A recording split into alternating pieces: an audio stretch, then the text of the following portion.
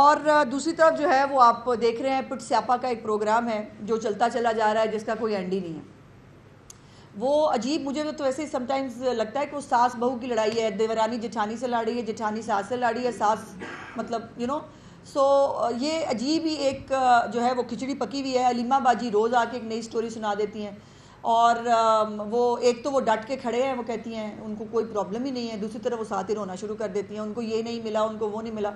और कल superintendent jail जो हैं उनकी तरफ से पूरी एक लिस्ट जो है वो पीसी होटल का क्या ही होगा मेन्यू और क्या ही फैसिलिटीज़ होंगी किसी 5 स्टार होटल की, जो वो जेल में जो है वो उनको दस्तयाब है। एक्सरसाइज मशीन है जी, फिर वो एक्स पे ट्वीट भी कराते हैं, ये भी आप देखें ना। और अब तो मतलब आलम यह है कि उनको रीट्वीट की अपील भी करनी पड़ गई है। कल आपने अलीमा बाजी को सुना, मुझे बड़ा दुख हुआ, बड़ा मेरा दिल को मतलब तकलीफ़ हुई कि ये दिन आ गए हैं। कभी आपको याद है कि वो इतने मिनट में इतने फॉलोअर्स आ गए हमारे, और हम सबसे बड़ी पार्टी हैं। आज बड़ी पार्टी का आलम यह है कि वो रीट्वीट की भी अपील करनी पड़ रही है। अलीमा बाजी ने कल आके कहा कि इमरान खान साहब ने कहा कि उनकी ट्वीट को रीट्वीट किया करें, तो गल इतने तिकर आ गई है। ये अब इसके आगे आप खुद समझदार हैं। और जो है वो उनको LED दिया गया है, उनकी पसंदीदा अखबारात किताबें उनको मिलती हैं, बावर्ची अलहदा से उनके लिए खाना बनाता है, और 3 महीनों में इनकी 66 से ज़्यादा मुलाकातें हो चुकी हैं। और फिर ये रोज़ अदालत गए होते हैं, हमें मिलने नहीं दे रहे। मतलब मैंने तो उस दिन भी गुजारिश की थी कि अकरम राजा साहब ने कल जिस तरह की लैंग्वेज और जिस किस्म का लहजा इस्तेमाल किया आलिया हमज़ा के बारे में, मुझे आलिया हमज़ा से 100 अख्तलाफात हैं, मेरी वो सियासी मुखालिफ हैं, लेकिन एक ऐसे सेक्रेटरी जनरल जो किसी प्रोसेस के ज़रिए नहीं आए, जो जुम्मा 8 दिन उनको जो है पार्टी के सेक्रेटरी जनरल बनाया गया है, और वो एक खातून के बारे में इस किस्म की लैंग्वेज, जैसे ऐसे लग रहा था जैसे कोई सख्त गिर थानेदार नहीं होता, और वो थानेदार जो है वो आप सामने फट्टे पे बैठा के ना किसी मुलजम को, उसके बारे में ये आंखों में से जो है वो उनकी चिंगारियाँ निकल रही थी, कानों में से उनके धुएँ निकल रहे थे, और माफ़ी मांगे वरना हम ये कर देंगे, वरना हम वो कर देंगे। बड़ी तकलीफ़ हुई, बहुत बुरा लगा कि ये अजीब बात है कि शायद PTI में फिर जो है वो इज़्ज़त सिर्फ बुशरा बेगम की, फ़रा गोगी की और अलीमा बाजी की हो सकती है, बाकी तो फिर वहाँ पर जो है वो तमाम ख़वातीन जो हैं वो सिर्फ बेइज्जती कराने के लिए हैं। और मुझे अफसोस ये भी हुआ, मैं सलमान अकरम राजा साहब को बहुत अच्छे से जानती हूँ, बहुत सोफिस्टिकेटेड सुलझे हुए आदमी समझे जाते थे और पढ़े लिखे भी समझे जाते थे, लेकिन उनको भी अफसोस की बात यह है कि तरीके इंसाफ का रंग चढ़ गया, और वही लैंग्वेज, वही रवैया, वही लहजा जो इनका तुर्रा इम्तियाज़ है, वो आपने कल राजा साहब की जो है वो ज़बान से सुना। बहुत तकलीफ़ हुई मुझे। उनको ये तमाम चीज़ें जचती नहीं हैं। ठीक है, आपको शॉर्ट टर्म में ही जल्दी से सेक्रेटरी जनरल मिल गया ओहदा, लेकिन फिर भी अपनी जो ज़ात का एक रख रखाव है वो ज़रूर रखना चाहिए। अच्छा मैडम, एक तरफ तो अभी क्योंकि मरियम नवाज शरीफ की हुकूमत है, रात को बड़ी बारिश हुई लाहौर में, तो मेरा जो ताल्लुक है लाहौर का नशीबी इलाके से, मैं समझा कि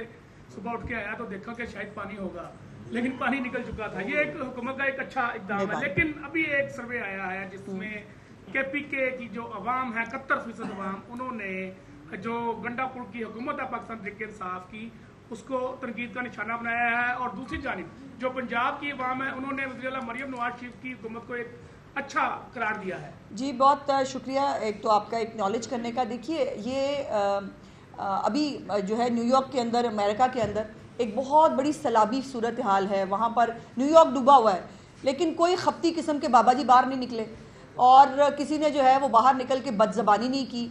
आप क्रिटिसाइज़ कर सकते हैं, आप तनकीद कर सकते हैं, हमने हमेशा कहा वो सुनने के लिए तैयार हैं, लेकिन अपने हालात से परेशान होके या मतलब वो कोई आपको न्यूयॉर्क में ऐसा कोई बुजुर्ग बाबा जी नहीं मिलेंगे जो बदज़बानी करते हुए आपको पानी खड़ा हुआ है। वहाँ पे तो खैर जितना पानी जो है वो खड़ा है, जो वहाँ की मेट्रोज़ की उसकी सूरत हाल है, अल्लाह का शुक्र है ऐसी कोई सूरत हाल लाहौर के अंदर नहीं थी। और ना ही आपको बेतुकी कोई जो है वो उसके ऊपर सियासत करना। यहाँ पर हमारे प्रॉब्लम ये है कि गाली जो है वो ट्रेंड है, और जो बदतमीज़ी है उसको सेलिब्रेट किया जाता है। सो ये अनफॉर्चुनेटली हम यहाँ तक गिर गए हैं। और दूसरी बात, जो गैलप के 2 सर्वे आए हैं, एक तो सर्वे वो है जिसके अंदर उन्होंने जो है 71% लोगों ने मरियम नवाज शरीफ साहिबा को जो है वो फेवरेट वज़ीर आला कहा, और इनमें से मेजॉरिटी वो लोग हैं जो PTI के वोटर हैं, जिन्होंने PTI को वोट डाला है, उसके बावजूद वो अली अमीन गंडापुर से मुतमईन नहीं है, और उन्होंने चीफ मिनिस्टर साहिबा के जो है वो हक़ में ये वोट दिया है। ये हमारे लिए, चीफ मिनिस्टर साहिबा के लिए बहुत खुशी की बात है, और हमारे लिए बहुत इत्मीनान की बात है कि अल्हम्दुलिल्लाह जो मेहनत वो पंजाब में कर रही हैं वो पूरे पाकिस्तान में क्रॉस द बोर्ड नज़र भी आ रही है, एक्नॉलेज भी की जा रही है। दूसरा एक और सर्वे जो है जो आज आया है जिसके अंदर करप्शन के ऊपर सवाल था कि करप्शन के ऊपर जो है वो उनकी राय क्या है, तो उसके ऊपर KPK की जो है मेजॉरिटी में आवाम ने जो कहा कि खैबर पख्तूनख्वा में जो है वो करप्शन सबसे ज़्यादा है। गालिबन if I am not wrong 45% लोगों ने कहा कि जो उनके अपने वोटर थे उन्होंने कहा कि खैबर पख्तूनख्वा के अंदर करप्शन ज़्यादा है और कोई कार्रवाई भी नहीं हो रही। और पंजाब को भी उन्होंने यहाँ पर भी क्लीन चिट दी कि पंजाब में करप्शन की कोई सूरत हाल नहीं है जो खैबर पख्तूनख्वा में जो है वो देखने को मिल रही है। तो अल्लाह का शुक्र है कि ये खल्के खुदा जो है उसकी जो आवाज़ है उसको नकारा है खुदा समझना चाहिए। तो ये अल्लाह का शुक्र है। फरमा दीजिएगा कि 5 अगस्त को एक तहरीक चलाने का ऐलान किया गया, फिर गंडापुर आए काफले की शक्ल में, मगर वो खुद अपने लोगों को कह गए कि 90 दिन लगेंगे।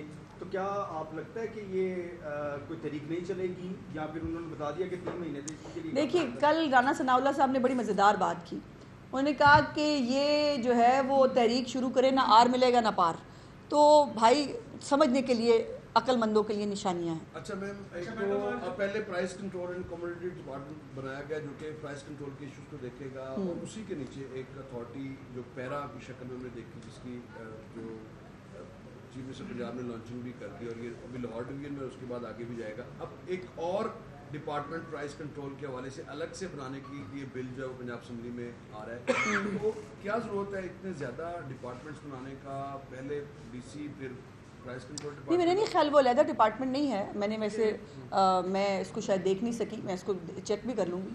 लेकिन ये मेरे ख्याल है पैरा की एक्सटेंशन की बात हो रही है चूँकि इसको हम पूरे पंजाब में लेके जा रहे हैं। और देखिए, जो फूड डिपार्टमेंट है जो हमारा नया डिपार्टमेंट जो हमने बनाया था उसके पास कोई फोर्स नहीं है, उसको फिर पुलिस की मदद लेनी पड़ती थी। अब पुलिस जो है वो उसके पास पहले इतने सारे, वैसे तो अल्लाह का शुक्र है कि पंजाब में डेली के हिसाब से जो CCD है उसकी कार्रवाइयों के बाद जो है वो क्राइम रेट में बहुत नोज डाउन एक डिप आ रही है अल्हम्दुलिल्लाह। लेकिन उसके बावजूद पुलिस के पास और बहुत सारा काम होता है। तो इसलिए ये एक डेडिकेटेड फोर्स जो सिर्फ़ और सिर्फ आम आदमी की आटा रोटी जो चावल है, प्याज है, टमाटर है, आलू है, उसकी कीमतों को जो है वो फोकस करेगी, नजायज़ तजावुज़ात को बनने नहीं देगी।